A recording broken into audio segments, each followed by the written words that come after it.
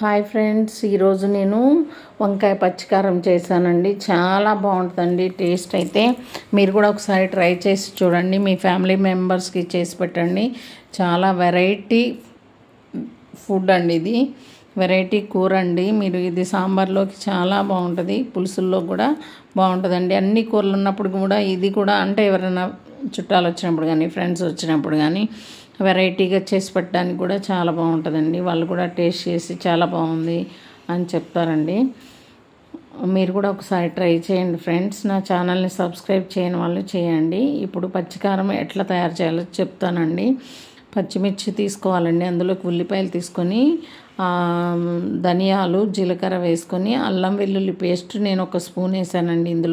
అందులో మళ్ళీ ఉప్పు కూడా వేసుకొని కలుపుకొని అక్కడ పెట్టుకున్నానండి. ఇప్పుడు ఇందులోకి వంకాయల్లోకి పచ్చికారం కూర్చుకొని అక్కడ పెట్టుకోవాలండి. అన్నీ అట్లనే చేసుకోవాలి, ప్రతిదీ కూడా పచ్చికారం వేసుకొని పెట్టుకొని వాటిని వేయించుకోవడమేనండి.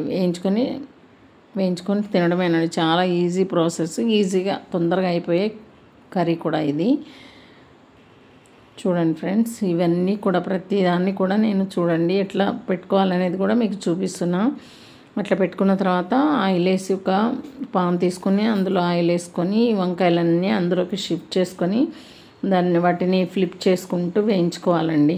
వంకాయలని ఫ్లిప్ చేసుకుంటూ వేయించుకోవాలి. ఇప్పుడు ఉల్లిపాయలు వేసానండి, అందులో జీలకర్ర వేసుకొని కొంచెం పోపు గింజలు కూడా వేసుకోవాలండి. వేసుకున్న తర్వాత అవి వేగిన తర్వాత మనం ఈ